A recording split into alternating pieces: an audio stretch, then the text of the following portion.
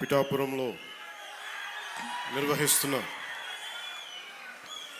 ముందస్తు పీఠికాపుర సంక్రాంతి మహోత్సవాలకి విచ్చేసిన సహచర మంత్రులు,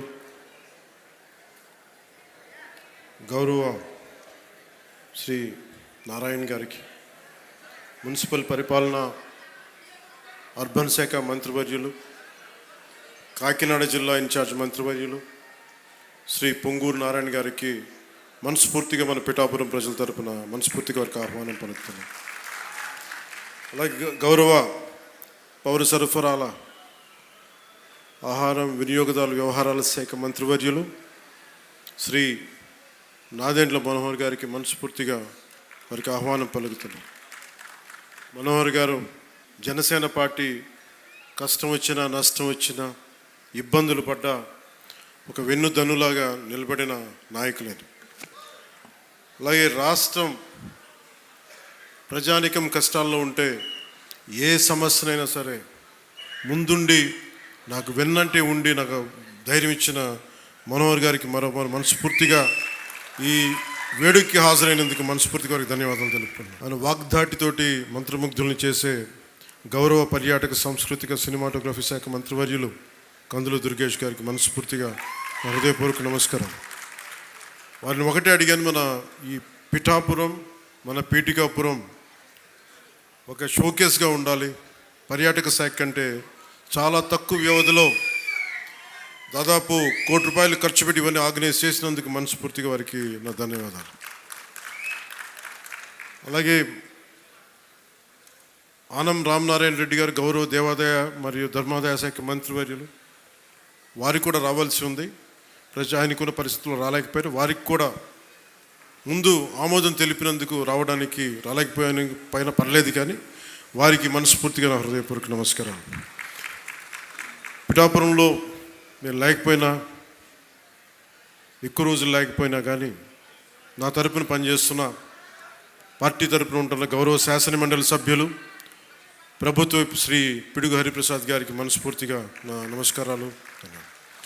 జిల్లా ఇన్ఛార్జ్ కలెక్టర్ గారు శ్రీ అపూర్వ భరత్ గారికి, గౌరవ శాసనసభ్యులు కాకినాడ రూరల్ శ్రీ పంతం నానాజీ గారికి, చైర్మన్ ఏపీ రాష్ట్ర policing housing corporation Shiva Srinivas గారికి, మీ అందరికీ కేకేగా తెలిసిన శివ శ్రీనివాస్ గారికి, చైర్మన్ జిల్లా కేంద్ర సహకార బ్యాంక్ శ్రీ తుమ్మల బాబు గారికి,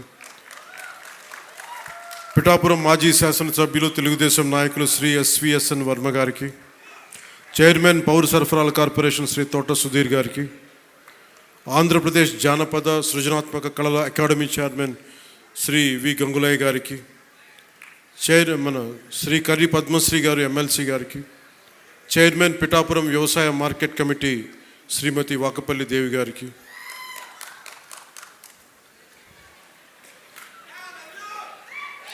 chairman Godavari eastern delta project Shri Muralishetti Sunil గారికి, బీజేపీ పిఠాపురం ఇన్ఛార్జ్ బుర్రా మురళీకృష్ణరాజు గారికి.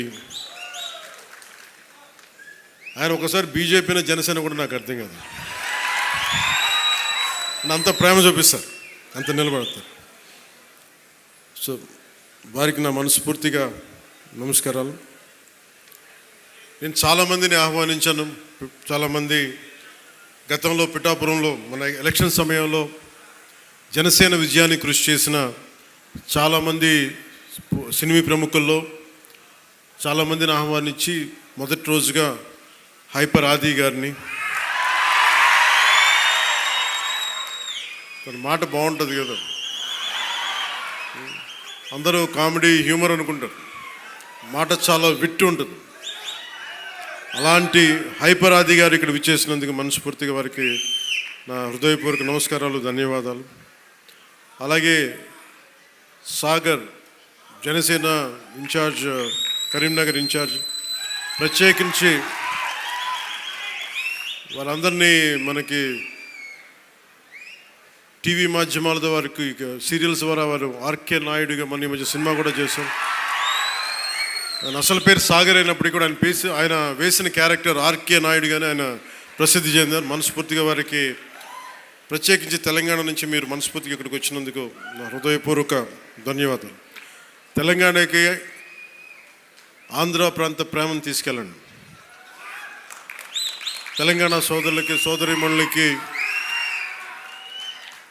మనస్ఫూర్తిగా గోదావరి జిల్లాలోకి వచ్చి మన ఆతిథ్యం స్వీకరించమని మనస్ఫూర్తిగా మీరు తెలియజేయండి. ఏదైనా కూలగొట్టేయడం చెడగొట్టేయడం చాలా తేలికమ్మా. ఒక పండగ చూస్తూ ఉంటే ఏం మాట్లాడాలనుకుంటా ఉంటే ఓ పిడికిడు గింజలు పండించడం చాలా కష్టమైన పని. అదే పిడికిడికి ఒక చేతికి వచ్చిన పంటని నేల రాసేయడం చాలా తేలిక. ఒక అలయన్స్ని నిర్మించడం చాలా కష్టం. అందరినీ ఏకతాటిపైన తీసుకురావడం చాలా కష్టం. కేంద్ర నాయకత్వం దగ్గర నుంచి రాష్ట్ర నాయకత్వం ఎంత కష్టపడి పట్టుకెళ్తుంటే దాన్ని చెడగొట్టడం చాలా తేలిక, చాలా తేలిక. సంక్రాంతి మనం చెప్తుంది ఏంటంటే ఒక చేతికి ఒక కష్టపడి సంవత్సరం ఒక 6 నెలలు కష్టపడి 4 నెలలు కష్టపడి పంట చేతికి వస్తే ఆనందం తాలూకు నిదర్శనమే సంక్రాంతి పండగ. మనకి ధాన్యం వచ్చింది, ధాన్యం అమ్మగా డబ్బులు వచ్చినాయి. ఈ రోజున మన హరిదాసులు కానీ ఇంతమంది జానపద కళాకారులకు కానీ మనం ఎందుకు ఇస్తాము ఇవన్నీ అంటే మా దగ్గర అబండెన్స్ ఉంది. మాకు ఒక 10 బస్తాలు పంట ఉంటే మేము 2 బస్తాలు పంచుతామని చెప్పడానికి. అది సంక్రాంతి తాలూకు నిదర్శనం. అంటే అలాగా మీరు ఇందాక మంత్రివర్యులు నారాయణ గారు చెప్తా ఉన్నారు, ఇంకా ప్రపంచంలో ఏ నియోజకవర్గం ఇంకెక్కడా రాదు అండ్ ఏది జరుగు ఇక్కడ కొబ్బరాకు పడ్డా కానీ పిఠాపురంలో చాలా దారుణం జరిగిపోయింది. ఒక తాటాకు అక్కడ ఉన్న తాటాకు ఊడిపడిపోతే అమ్మా చాలా దారుణం జరిగిపోయింది. మరి గత ప్రభుత్వ నాయకులను అడగండి, వాళ్ళ నియోజకవర్గం అసలు న్యూస్ ఉంటుందా, ఏం జరుగుతుందో కూడా తెలియదు మీకు. పిఠాపురంలో చిన్న చెట్టు మీద వాళ్ళున్న పక్షి ఈక పడినా కానీ అయ్యా బాబోయ్ పక్షపడి. అంటే ఇది ఎవరిస్తున్నారు మీకు బలం? ఎవరిస్తున్నారు? మీరిస్తున్నారు. చెడు వార్తలకి మీరిస్తున్నారు బలం. ఒకటి మనల్ని తిడుతుంటే మీరు దాన్ని వైరల్ చేస్తే మీరు బలం ఇస్తున్నారు. ఒకటి చెడగొడుతుంటే వచ్చి మీరు ఎదురు ప్రశ్నించకపోతే మీరు బలహీనలు అయిపోతారు. మీరు నాకు ఓట్లేస్తే సరిపోదు అని ఎందుకు చెప్తున్నాను?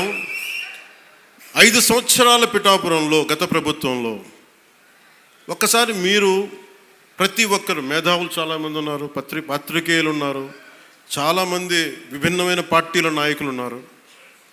ఈ గత 5 సంవత్సరాల కాలంలో ఎన్ని కోట్లు ఖర్చు పెట్టారో ఒకసారి అడగమని చెప్పాను. నువ్వు పేరంటాలకి రాలేదు, పబ్బాలకి రాలేదంటే ఒక దేశం కోసం శ్రమించే వ్యక్తిని ఇంత మందిని ఏకం చేసే వహించే వ్యక్తిని నాకు మీరు ఇవ్వాల్సింది మేము ఉన్నాం కాచుకుంటాను మిగతా వెళ్ళి పని చేయని చెప్తే కదా నాకు ఆనందం. అలా కాకుండా వచ్చి నేను వ్యవస్థని బలోపేతం చేయడానికి వచ్చాను. అంటే నా అవసరం లేని నిజమైన నాయకత్వం ఏంటి? నాయకుడు అవసరం లేకుండా పనులు జరిగిపోవాలి సింగపూర్ లాగా. అది కదా అభివృద్ధి అంటే. ఏ పని కావాలన్నా ఎమ్మెల్యే గారి ఇంటికి వెళ్తే కానీ పనులు అవ్వండి, అట్లా అంటే అది అభివృద్ధి కానట్టే కదా లెక్క. అంటే గత ప్రభుత్వంలో మీరు ఎంత ఖర్చు పెట్టారో ఒకసారి చూడండి. నేను గత ఏడాది 308 కోట్లతోటి పిఠాపురం అభివృద్ధికి మనం ఖర్చు పెట్టాం, మీరు చూడండి. అలాగే ఇప్పుడు 200, అది దాదాపు 60-70% పనులు అవుతున్నాయి, అయిపోయినాయి, ఇంకా 30% మిగిలినాయి. ప్రాబబ్లీ టార్గెట్ ఇచ్చింది మార్చికి అయిపోవాలి. ఇప్పుడు మనం 211 కోట్లతోటి అదనపు అభివృద్ధి కోసం మనం ముందుకు తీసుకెళ్తాం. అంటే ఇది 26 కోట్లతోటి ప్రారంభమైనవి, మన పని పూర్తయినవి, ప్రారంభోత్సవాలు చేశాం. మీరు అడగాల్సింది గత ప్రభుత్వ నాయకులను వచ్చి వాళ్ళు వారి పాలనలో ఏం చేశారని అడగాలి. వాళ్ళు తిమ్మేశారు అని చెప్పి నేను ఏం చెప్పాను, నా దగ్గర ఛానల్స్ లేవు. నేను లాస్ట్ టైం చెప్పాను, ఎలక్షన్ టైంలో 2016-17 టైం నుంచి మొన్న దాకా ఏం చెప్పాడు, నాకు ఛానల్స్ లేవు, మీరే నా గళం, నా జన సైనికులకి, మా వీర మహిళలకి చెప్పాను, మీరే నా బలం. నాయకులకు ఒకసారి ఇష్టపడి రావచ్చు, ఒకసారి ఇష్టపడి వెళ్ళిపోవచ్చు, కానీ నా గుండెల్లో ఉన్నది మీరు నిరంతరంగా నాది ఉంటారు, నాకు తెలుసు. నాకు ఇది మీరు బయట నుంచి వచ్చి దేనికి పడినా సరే, ఒక స్కూల్లో ఇద్దరు చిన్నపిల్లలు కొట్టుకున్నా దాన్ని మీరు గొడవ చేసేద్దాం అనుకుంటే నేను ఏం చెప్పను దానికి. మీరు అక్కడ పులివెందులు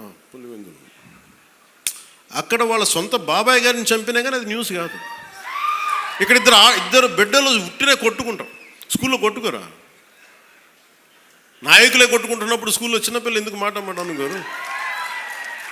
పెద్ద స్థాయి ఆలోచన పరిధుల నాయకులే మాట అనుకున్నప్పుడు చిన్నపిల్లలు ఏదో అనుకుంటారు, దాని కులాలు పట్టుకొచ్చేస్తాం. మరి ఇదే మీరు అడగాల్సిన ప్రశ్న. మన జనసేన నాయకులు కూడా చెప్తున్నా, కూటమి నాయకులు కూడా చెప్తున్నా,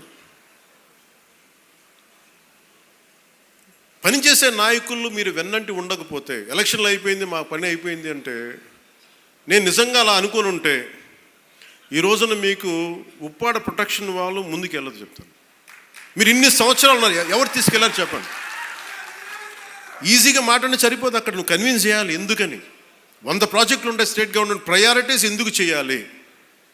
ఇలాంటి 1053 కిలోమీటర్లు ఆంధ్రప్రదేశ్ మొత్తం ఉంటే, అలాంటిది మొత్తం గుజరాత్ నుంచి అన్ని తీర ప్రాంతాలు, బెంగాల్ అన్ని తీర ప్రాంతాలు, తమిళనాడు, కేరళ ఉంటే ఇలాంటి సముద్రపు కోత గురవుతూనే ఉంటాయి.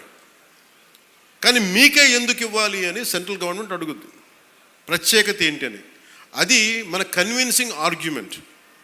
ఎందుకు పనిచేస్తే, నువ్వు దేశ నిర్మాణం కోసం పనిచేసేవాడివి, మనుషుల్ని విడగొట్టేవాడివి కాదు, నిలబెట్టేవాడివి, అండగా ఉండేవాడివి.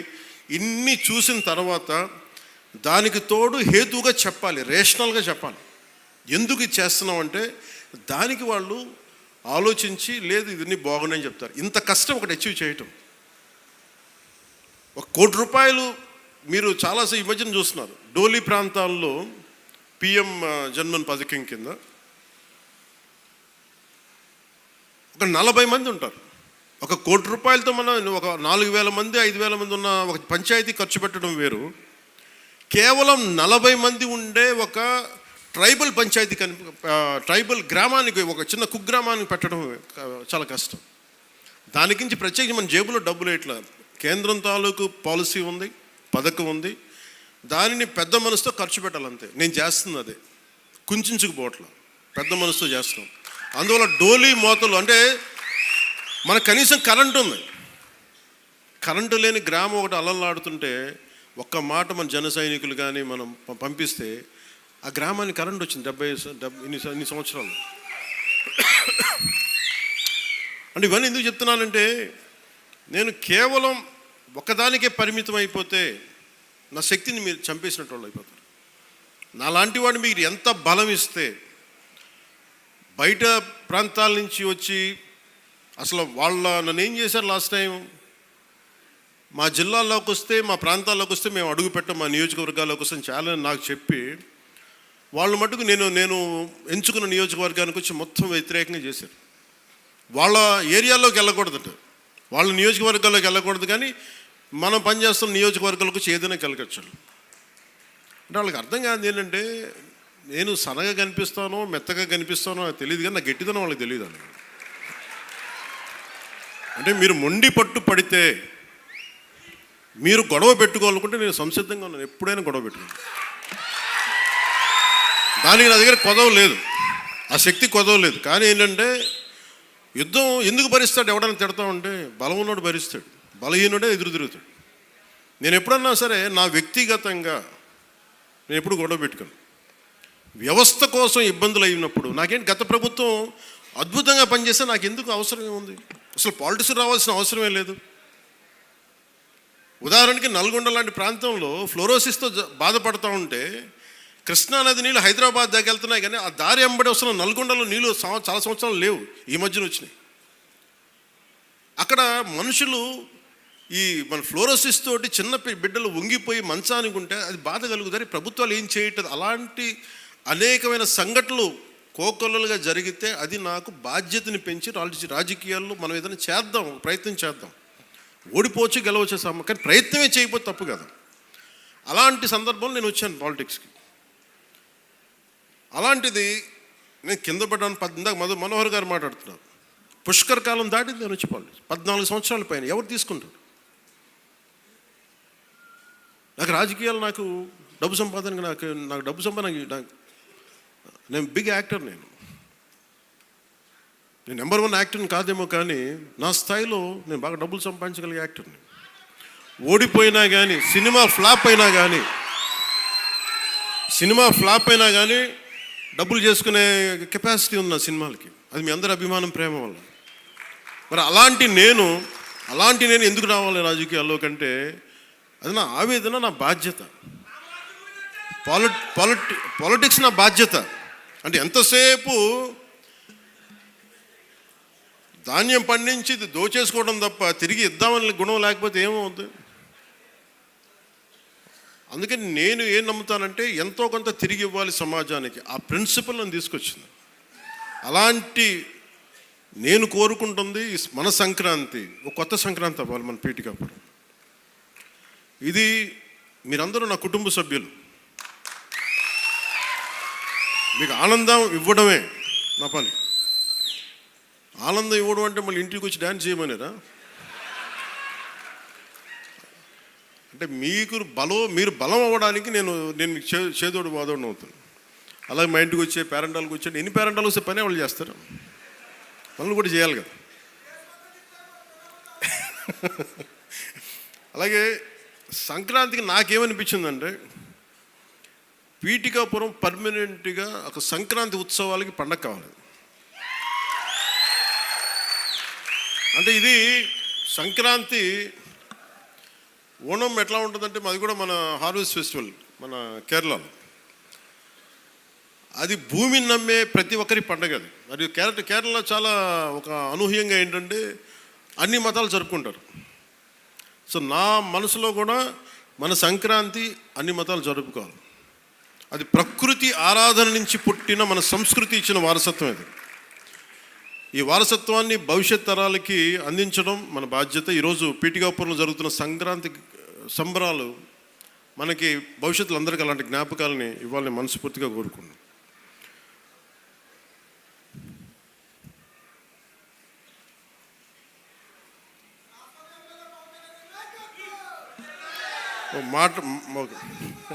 అలాగే సంక్రాంతి అనగానే నేను మెయిన్గా ఎందుకు చాలా నాకు అనిపించిందంటే గోదావరి జిల్లాలండి, కోడిపందాలండి, జోదాలండి,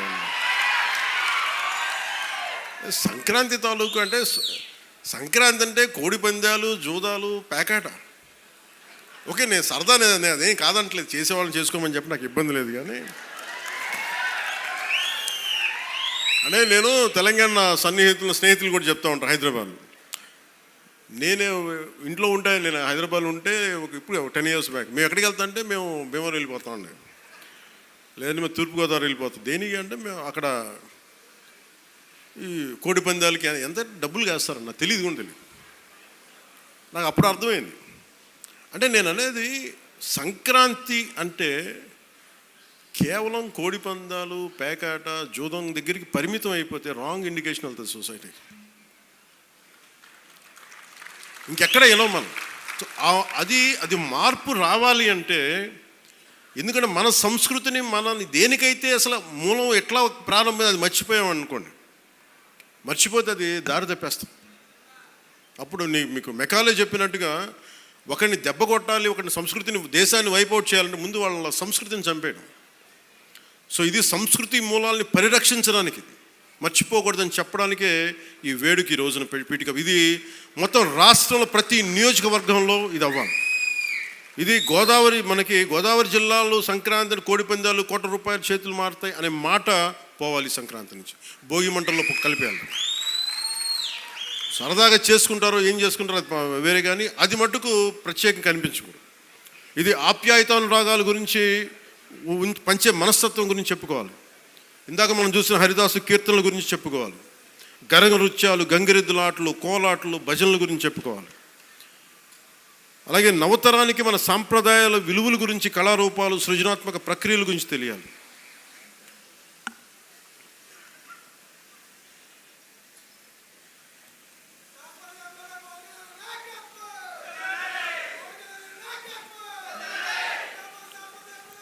సో నా ఉద్దేశంలో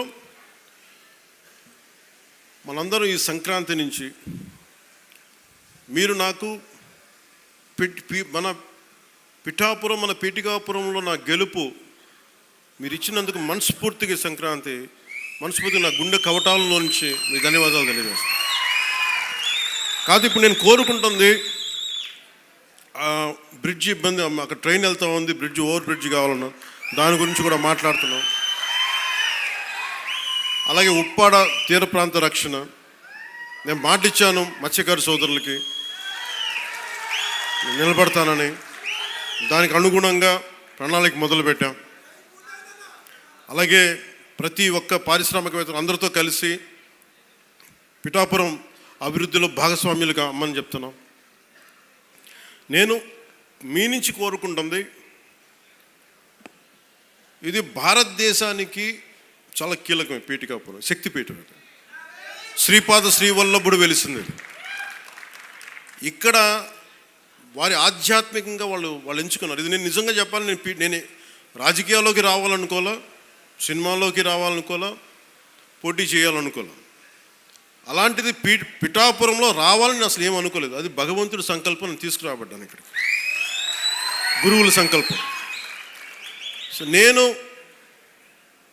నా ఆఖరి శ్వాస వరకు నేను మీకోసం పనిచేస్తాను. అది అధికారంతో సంబంధం లేదు, దానికి మీరు ఆశీస్సులు ఇవ్వండి. నేను ఒకటే కోరుకుంటుంది, మతం పేరుతో కానీ, కులం పేరుతో కానీ, వర్గాల పేరు మీద కానీ గొడవలు తీసుకొచ్చే వాళ్ళని మటుకు మీరు వారికి మీరే బాధ్యతను తెలియచేయాలి. ఎందుకంటే మీకు ఇందాక చెప్పినట్టుగా ఒకటి విడగొట్టేయడం చాలా చాలా తేలిక మనుషుల్ని. ఈ రోజున మనం మాట్లాడుకోవాల్సింది రైతాంగం గురించి. గౌరవ మంత్రివర్యులు civil supplies minister Nadendla Manohar గారు ఆధ్వర్యంలో, గౌరవ ముఖ్యమంత్రి శ్రీ నారా చంద్రబాబు నాయుడు గారి, నేను చాలాసార్లు సందర్భాలు చెప్పాను, ఆయన అనుభవం చాలా అవసరం అని. సో మనందరం ఒక ప్రయాణం చేసాం. అలా చేయబట్టే ఈ రోజున సివిల్ సప్లైస్ ద్వారా 7 లక్షల మంది రైతుల నుంచి 40 లక్షల మెట్రిక్ టన్నుల ధాన్యం సేకరించిన ధాన్యానికి సరిగ్గా 24 గంటల లోపే 9,300 కోట్ల రూపాయలని చెల్లించడం జరిగింది. ఇది ఎక్కడైనా సరే మీరు గత ప్రభుత్వంలో ఎంతసేపు దేహి అంటే ఇది ప్రోయాక్టివ్ గవర్నమెంట్, నారా చంద్రబాబు నాయకత్వంలో ప్రోయాక్టివ్ గవర్నమెంట్. అంటే ఇంతమంది సమిష్టిగా కలిసి కృషి చేస్తేనే ఈ రోజున ఇంత అద్భుతంగా జరుగుతుంది. మీరు గత ప్రభుత్వాన్ని గురించి వాళ్ళు ఏం చేసినా సరే వాళ్ళు తెలిసింది ఒకటే, బూతులు తిట్టడం, ఇందాక నారాయణ గారు చెప్పినట్టు కేసులు పెట్టడం, ప్రజలకి మనశ్శాంతి లేకుండా చేయడం. మళ్ళీ అదే పాత పద్ధతి మొదలుపెట్టారు. మళ్ళీ పిఠాపురంలో గతం ఎన్నడూ లేని విధంగా మళ్ళీ మీరు స్టార్ట్ చేశారు. ఈ సందర్భంలో ఉన్నత పోలీస్ అధికారుల గారికి, జిల్లా మ్యాజిస్ట్రేట్ గారికి కూడా చెప్తున్నాను, లా అండ్ ఆర్డర్ని కనుక ఎవరైనా సరే పిచ్చిగా కనుక మీరు అభద్రతా భావానికి కానీ ప్రజల్ని చేస్తే అస్సలు ఉపేక్షించద్దని చెప్తున్నాను. నా మాటలు చాలా మెత్తగా ఉన్నాయి కానీ చేతలు చాలా చాలా గట్టిగా ఉండి గుర్తుపెట్టుకోండి. ఇది మిడీవల్ పీరియడ్ కాదు కాబట్టి నా మాటలు చాలా నియంత్రణతో ఉన్నాయి. చేతలు చాలా చాలా గట్టిగా ఉండే గుర్తుపెట్టుకోండి.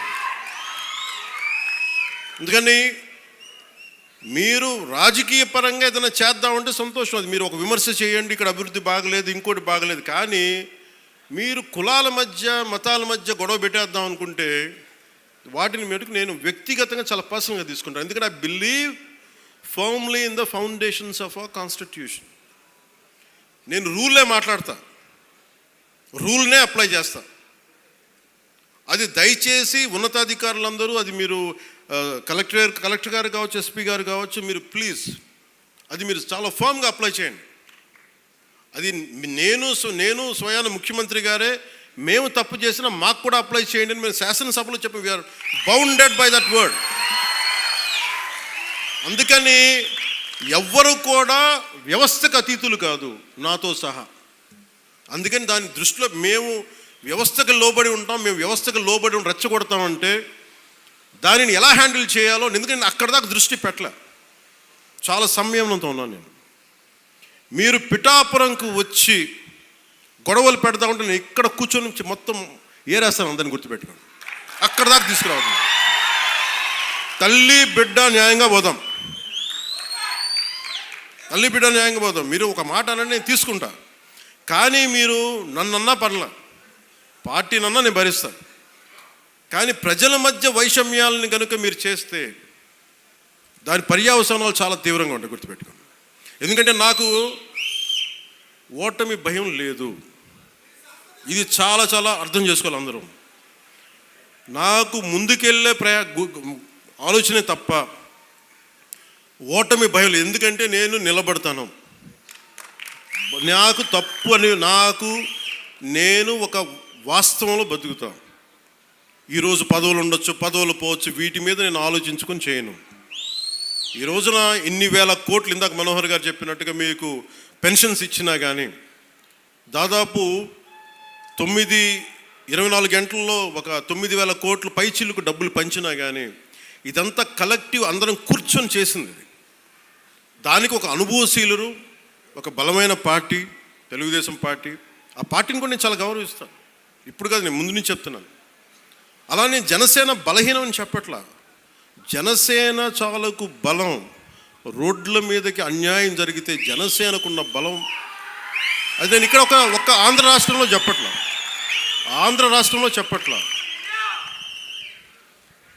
నా సిద్ధాంతాలని, జనసేన సిద్ధాంతాలు నమ్మేవాళ్ళు ఊరికి 10 మంది ఉన్నా వాళ్ళు 1000 మందితో గొడవ పెట్టుకుంటారు. అది జనసేన. ఈరోజు కూర్చోబెట్టి నా మీద అందరూ మాట్లాడేస్తూ ఉంటాను, ఏం చేసావు అది ఇది మాట్లాడుతూ ఉంటే. మరి 2019లో అన్ని కేసులు పెడుతున్నాం, వాళ్ళందరూ ఏమైపోయారు? అప్పుడు గొంతు పెగలలేదు.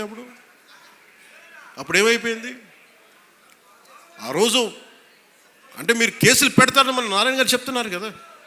అందుకని ఇవన్నీ దృష్టిలో పెట్టుకొని మీరు ఈ అలయన్స్ని దయచేసి ఎవరు కూడా, జనసేన నాయకులు కావచ్చు, కూటమి నాయకులు ఎవరైనా కావచ్చు, దీన్ని దయచేసి బలహీనం చేయకండి. ఎందుకంటే నాకు చంద్రబాబు నాయుడు గారికి చాలా అపారమైన అవగాహన ఉంది మన ప్రజలను ఎలా కాపాడాలని. మా ఇద్దరి మధ్య అసలు అలాంటి అరమరికలు కానీ విభేదాలు కానీ లేవు. ఇండివిజువల్గా ఒకసారి మాట్లాడచ్చు, కానీ కొన్ని చోట్ల 2 పక్షాల నాయకులు కావచ్చు, ఇది ఎక్కువ కాలం నిలబడదు. నేను చెప్తున్నాను కదా, ఎందుకంటే స్టెబిలిటీ ఇవ్వాల్సిన బాధ్యత మా మీద ఉంది. అందుకని మేము దాన్ని తీసుకున్నాం. అలాగే పెన్షన్స్ ఉన్నాయి. ఎన్టీఆర్ భరోసా పెన్షన్ కింద ప్రభుత్వం 63,50,000 మంది పెన్షన్దారులకి ఆర్థిక భద్రతను అందిస్తుంది. ప్రతి నెల దాదాపు 2,750 కోట్ల పెన్షన్, సామాజిక పెన్షన్ పంపిణీ చేస్తుంది. ప్రతి నెల 1వ తారీఖున బెనిఫాక్టర్స్, లబ్ధిదారులకి నిరంతరంగా అందజేస్తున్నాం. దానికి డ్రామాలు చేయట్లా. మేము ఆ వ్యవస్థను పెట్టాం, ఈ వ్యవస్థను డైరెక్ట్గా అసలు గోల్ చేయకుండా డైరెక్ట్గా ప్రభుత్వ అధికారులు వచ్చి ఇంటికి వచ్చి తలుపు తట్టి ఇస్తున్నారు. అంటే గత వాళ్ళు ఏం చేస్తున్నారంటే ఇవి చేసిన విధానం కాదు అది. అలాగే చేనేత కార్మికులకి ఉచిత విద్యుత్ ఇవ్వడం జరుగుతుంది. మరమగ్గాలకి నెలకి 500 యూనిట్లు, మగ్గాలకి 200 యూనిట్ల వరకు ఉచితంగా. తల్లికి వందనం ద్వారా 62,27,000 మంది విద్యార్థులకి 10,000 కోట్ల రూపాయలు సహాయం చేశారు. వాళ్ళు కొన్ని వేల కోట్లు దోచేసుకుంటా ఉంటే 23,000 కోట్లు, 25,000 కోట్లు మద్యం, కల్తీ మద్యం అందజేసి దోచుకుంటే మనం అన్నీ ఆపి, వాళ్ళ దోపిడీని ఆపి ఇక్కడ 10,000 కోట్ల రూపాయలు తల్లికి వందనం పథకానికి ఇస్తాం. అన్నా క్యాంటీన్లో కనీసం మన డొక్కా సీతంలాగా మనకు అన్నం పెట్టే క్యాంటీన్లు అవి కూడా తీసేశారు. తిరిగి అవి నారాయణ గారి ముందుండి, గౌరవ ముఖ్యమంత్రి గారు చెప్తే నారాయణ గారు ముందుండి ఆయన ఒక సిస్టమిక్గా being an mathematics professor with precision, mathematical precision ఉంటుంది. అలాగే ఒకటి అనుకుంటే గోళ్ళు ఆయన చాలా బాగా చేస్తారు. కానీ దాన్ని అనుకోవాలి బలంగా. సో అలాంటి ఆయన ఒక ఆదేశం ముఖ్యమంత్రి గారు ఇస్తే 204 అన్నా క్యాంటీన్లని చాలా సమర్థవంతంగా ఇప్పుడు దాకా 4 కోట్ల భోజనాలని అందించడం జరిగింది. అలాగే ఆటో డ్రైవర్స్కి ఏడాదికి 15,000 చొప్పున 436 కోట్ల రూపాయలు అందించడం జరిగింది. దాదాపు 2,90,000 మంది లబ్ధి పొందారు. అలాగే ప్రత్యేకించి పిఠాపురానికి సంబంధించి పిఠాపురం మండలంలో 9.60 కోట్లతోటి ఫ్లాట్ అండ్ ఫ్యాక్టరీ కాంప్లెక్స్ నిర్మాణానికి శంకుస్థాపన చేశాం.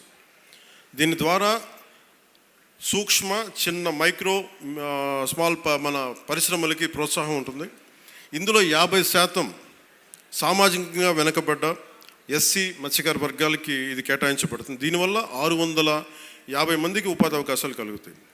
అలాగే ఉప్పాడ కోనపాపపేట గ్రామాన్ని వాతావరణ మార్పుల్ని తట్టుకునే సామర్థ్యం కలిగిన తీర ప్రాంత మత్స్యకారులకి గ్రామంగా అభివృద్ధి చేయడానికి 2 కోట్ల రూపాయలతోటి multipurpose fishery centre, dry fishing platforms, RO ప్లాంట్లని ఏర్పాటు చేస్తూ ఉన్నాం. అలాగే ఉపాధి హామీ పథకం ద్వారా 31,21,00,000 మినీ గోకులాలు, హెల్త్ క్లినిక్లు, పంచాయతీ భవనాలు, గ్రామీణ రోడ్ల నిర్మాణానికి శంకుస్థాపన చేశాం.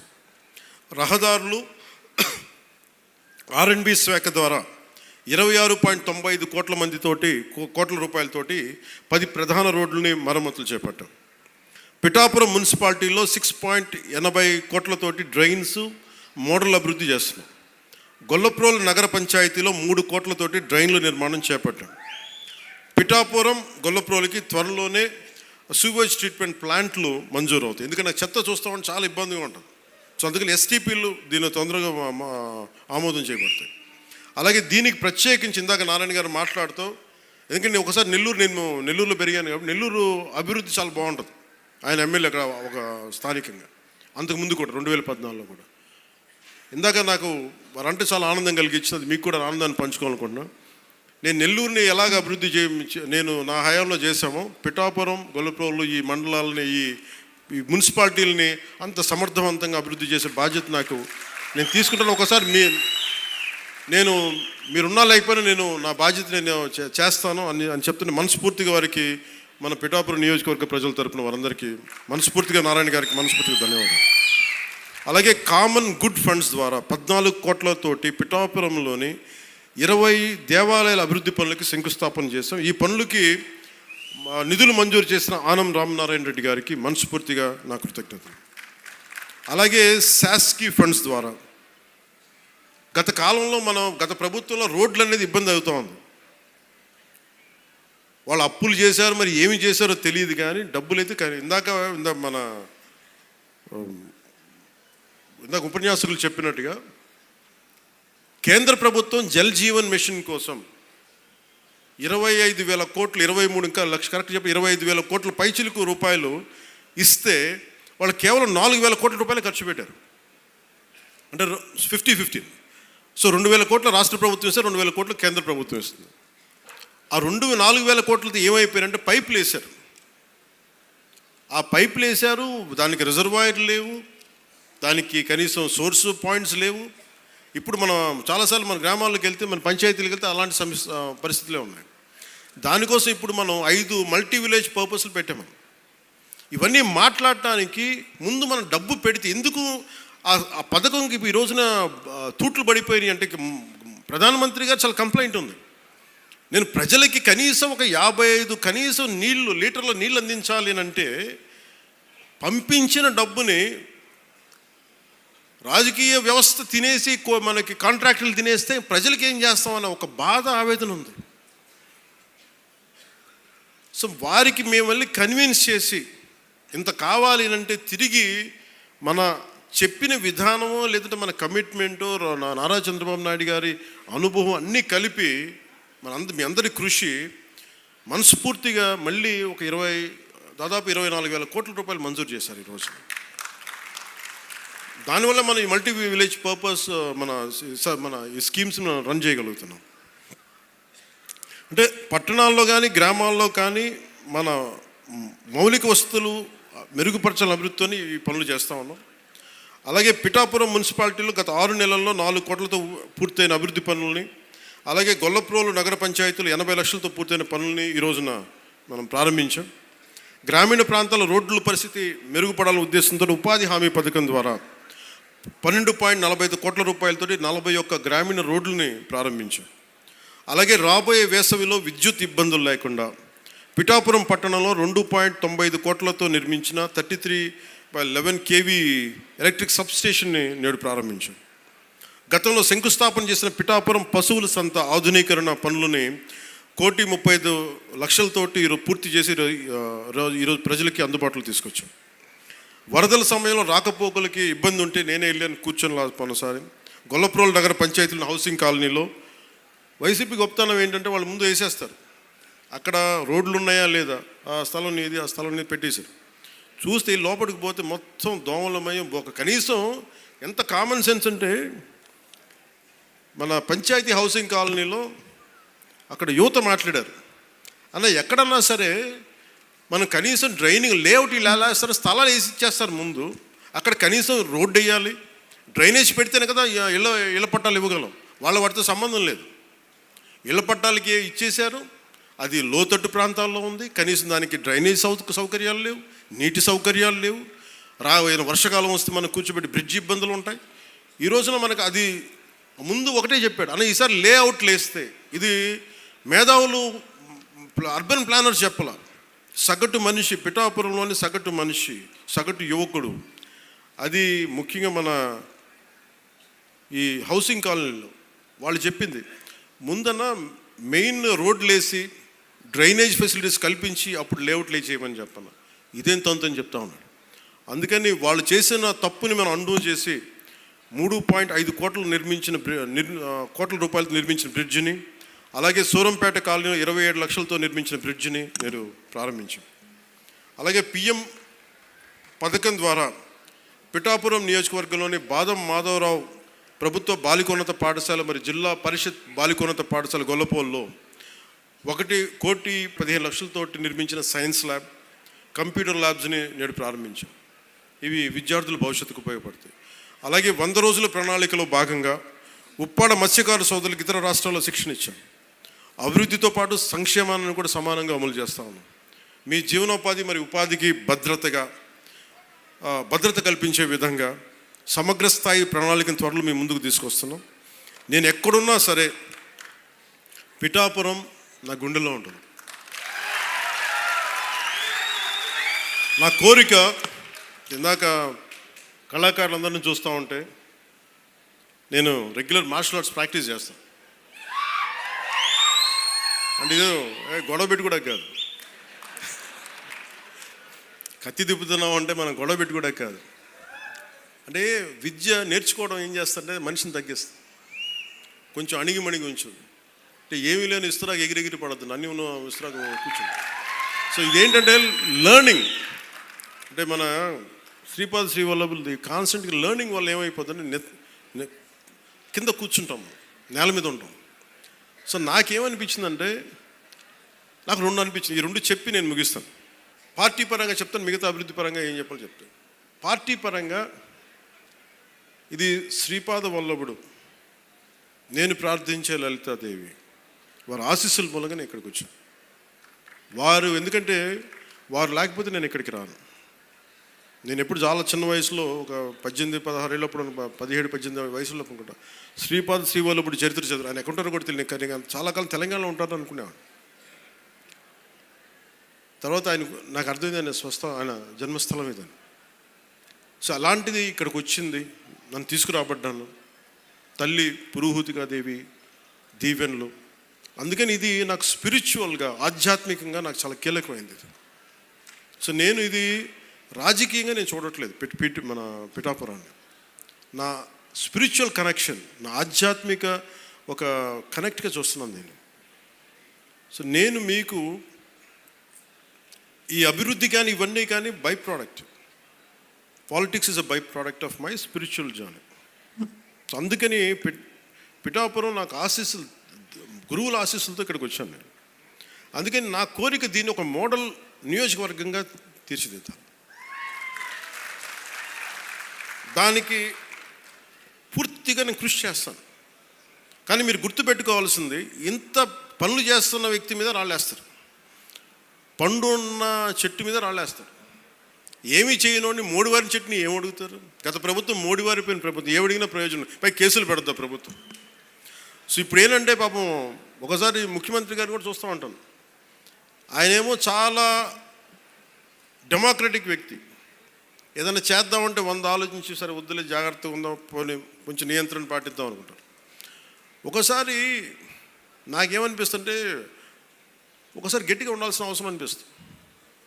అంటే మరీ మెత్తదనం కూర్చోబెట్టి మరీ ప్రజాస్వామ్యం అంటే వాళ్ళు నెత్తి మీద ఎక్కి డ్యాన్స్ చేస్తున్నారు.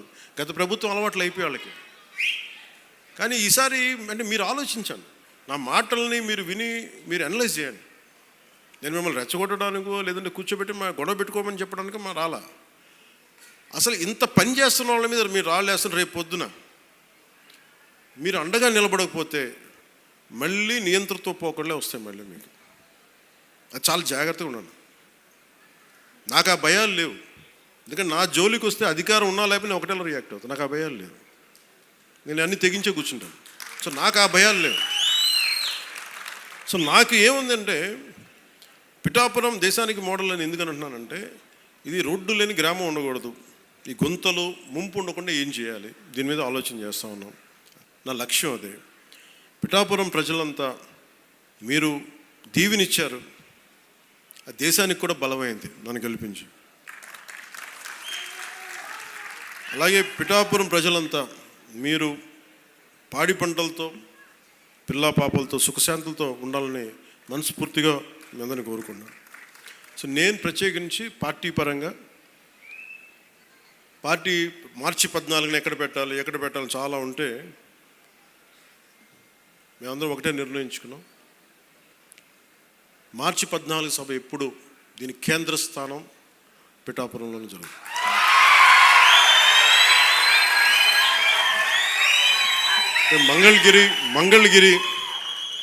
Mangalagiri party administrative headquarters అయితే Janasena ideological headquarters is Pithikapuram. నా కోరిక ఏముందంటే యువత భవిష్యత్తు మీరే నిర్మాణం.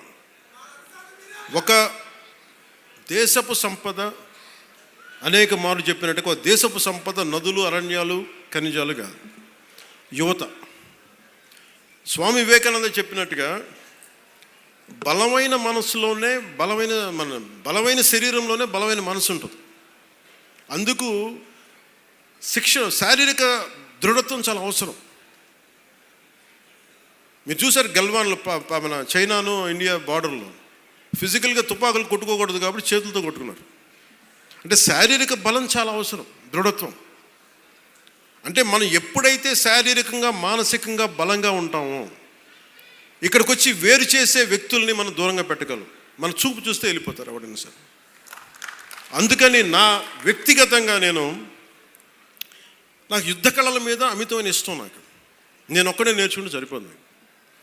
నేను పిఠాపురాన్ని ఇండియాలోనే అత్యున్నత ఉన్నతమైన మార్షల్ ఆర్ట్స్ అకాడమీ, యుద్ధ కళల ఒక అకాడమీని నేను పెట్టాలని నేను నిర్ణయం తీసుకున్నాను. కాదు ఇప్పుడు ప్రారంభించే దానికి మొత్తం ప్లానింగ్ అంతా. ఎందుకంటే మీకు ఇంటిగ్రేటెడ్ మార్షల్ ఆర్ట్స్ ఉండాలి, దాంతోపాటు ఫైన్ ఆర్ట్స్. ఇందాక మనకి గరగ కళాకారులు కానీ ఇది అంతరించిపోతున్న కళలు ఇవన్నీ. ఇలాంటి కళలను కూడా ఫైన్ ఆర్ట్స్ అండ్ మార్షల్ ఆర్ట్స్ని రెండు చేసే ఒక అకాడమీని పిఠాపురంలో నేను స్వయంగా ఇట్స్ కంప్లీట్లీ ఇది నా ట్రస్ట్ ద్వారా చేద్దాం నా కోరిక. సో దానికి ఈ 2 నిర్ణయాలు మీకు చెప్పి కొత్త సంవత్సరంలో మీకు అండగా ఉంటానని తెలియజేసుకుంటూ మరోమారు నా అన్నదమ్ములకి, నా కుటుంబానికి, మా ఆడపడుచులకి, మా జన సైనికులకి, మా జనసేన నాయకులకి, వేదిక పైన ఆశీలైన ప్రముఖులకి, జిల్లా ఉన్నతాధికారులకి, అధికార వర్గాన్ని అందరికీ ప్రత్యేకించిన సంక్రాంతి శుభాకాంక్షలు తెలియజేసుకుని సెలవు తీసుకున్నాను. జై భారత్, జై హింద్.